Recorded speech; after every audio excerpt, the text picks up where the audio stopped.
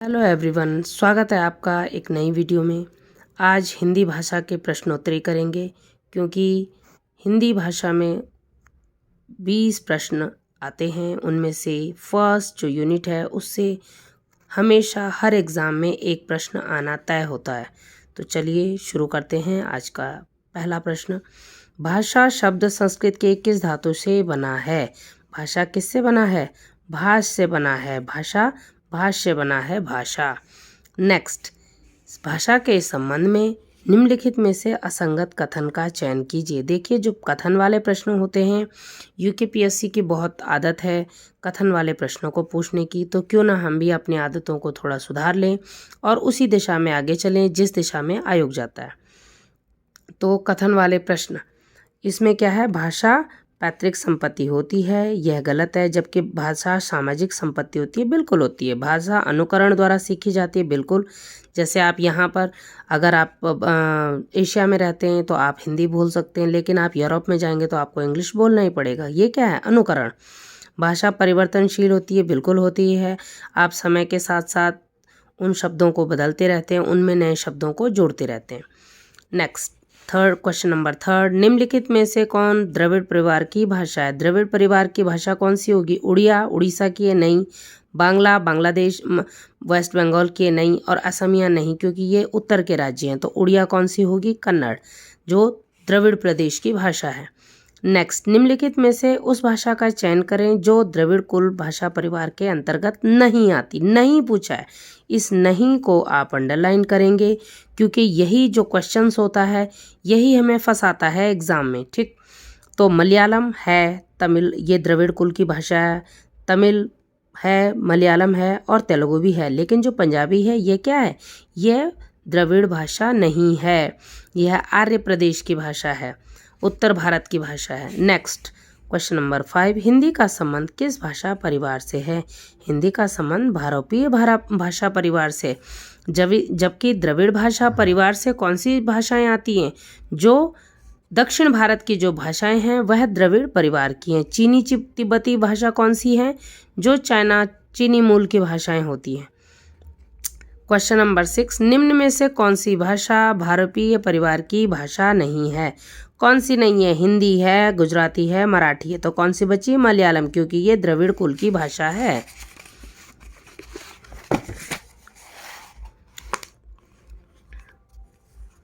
निम्नलिखित में से आर्य परिवार की भाषा नहीं है। कौन सी? लैटिन आर्य परिवार की भाषा नहीं है। निम्नलिखित में से किस आर्य भाषा परिवार की भाषा नहीं है? कौन सी नहीं है? कन्नड़, क्यों? क्योंकि बांग्ला, गुजराती और मराठी सभी की सभी आर्य भाषा परिवार की भाषाएं हैं।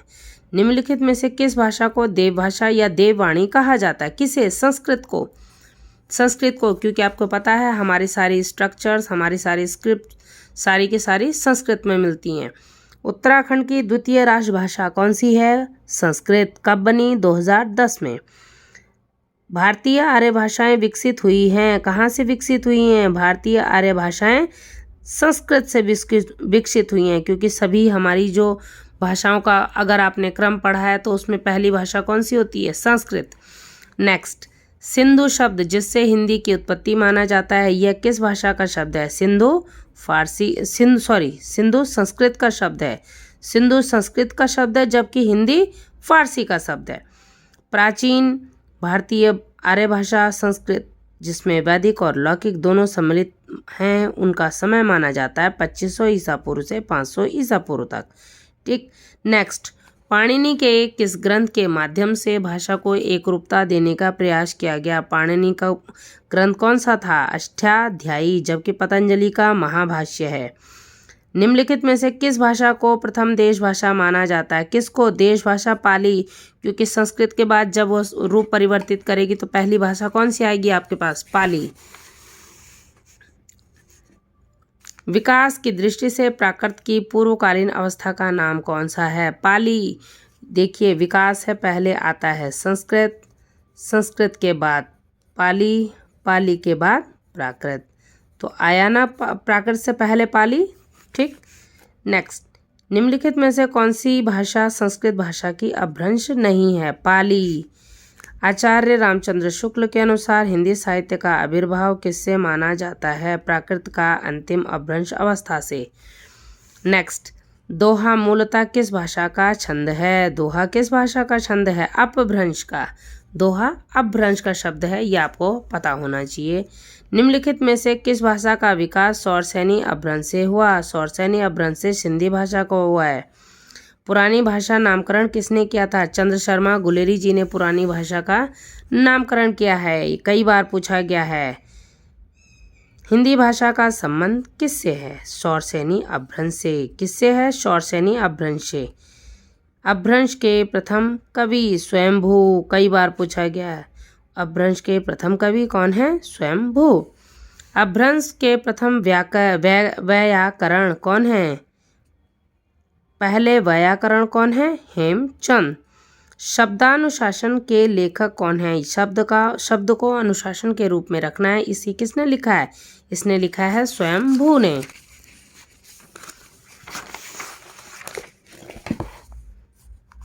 नेक्स्ट, उर्दू जिसका एक अन्य नाम रेख्ता है किसकी लिपि है? किस लिपि में लिखी जाती है? फारसी में लिखी जाती है। 6वीं शताब्दी के कुछ पहले ईरान में भारत की सभी भाषाओं के लिए जनाब हिंदी यानी हिंद की भाषा का प्रयोग होता था। हिंदी शब्द का प्रयोग एक ही भाषा विशेष के लिए कब से किया जाने लगा? 14वीं सदी से। कब से? 14वीं सदी से। हिंदी भाषा का उद्भव विकास का सही क्रम: संस्कृत, पाली, प्राकृत, अपभ्रंश, हिंदी, खड़ी बोली। इसे स्टार मार्क कीजिए, कई बार आता है, कई बार। उर्दू की भाषा रेखता कई बार पूछा गया, स्टार मार्क कीजिए।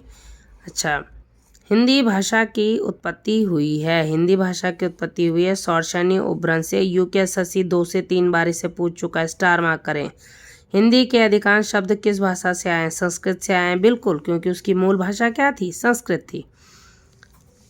फोर्ट विलियम कॉलेज की स्थापना किसने की थी? 1800 में की थी, और उस समय भारत के गवर्नर जनरल कौन थे? विलियम नहीं थे, वेलेजली थे, लॉर्ड वेलेजली। 16 जुलाई 1893 को नागरिक प्रचारिणी सभा की स्थापना किसने की? काशी में की थी, श्याम सुंदर दास जी ने। नेक्स्ट, हिंदी भाषा का इतिहास किसने लिखा है? 1933 में यह पुस्तक आई थी, किसने लिखी? डॉक्टर धीरेन्द्र वर्मा जी ने। नेक्स्ट, हिंदी दिवस कब मनाया जाता है? 14 सितंबर। और 10 जनवरी को कौन सा हिंदी दिवस होता है? विश्व हिंदी दिवस। जबकि भारतीय हिंदी दिवस 14 सितंबर को मनाया जाता है। नेक्स्ट क्वेश्चन देखिए, आ गया है कि विश्व हिंदी दिवस कब मनाया जाता है। तो आइएगा, विश्व हिंदी दिवस 10 जनवरी को मनाया जाता है। साहित्य अकादमी का प्रथम अध्यक्ष कौन थे? साहित्य अकादमी के पहले अध्यक्ष थे जवाहरलाल नेहरू। क्यों? क्योंकि साहित्य अकादमी जो संस्था है, इसके अध्यक्ष हमेशा प्राइम मिनिस्टर ऑफ इंडिया होते हैं। तो उस समय प्राइम मिनिस्टर ऑफ इंडिया कौन है? जवाहरलाल नेहरू। भाषा के विकास के आधार पर भारतीय राज्यों का पुनर्गठन किया गया 1956 में राज्य पुनर्गठन आयोग बैठा था, और उसकी अनुशंसा पर भारत में राज्यों को बांटा गया था। भाषाई आधार पर सर्वप्रथम राज्य बना था कौन? आंध्र प्रदेश बना था। कब बना था? 1953 में बना था, और ये पोट्टी श्री रामलू ने जब अनशन किया और उनकी मृत्यु हो गई, उसके बाद भारत सरकार को मजबूरन इसे बनाना पड़ा। तो भाषाई आधार पर देश का पहला राज्य का गठन हुआ था आंध्र प्रदेश का। कब? 1953 में। और इसी समय भारत में राज्य पुनर्गठन आयोग की भी स्थापना की गई। नेक्स्ट, दिल्ली में शासन और शिक्षा की भाषा क्या है? हिंदी है, ऑब्वियसली है भाई।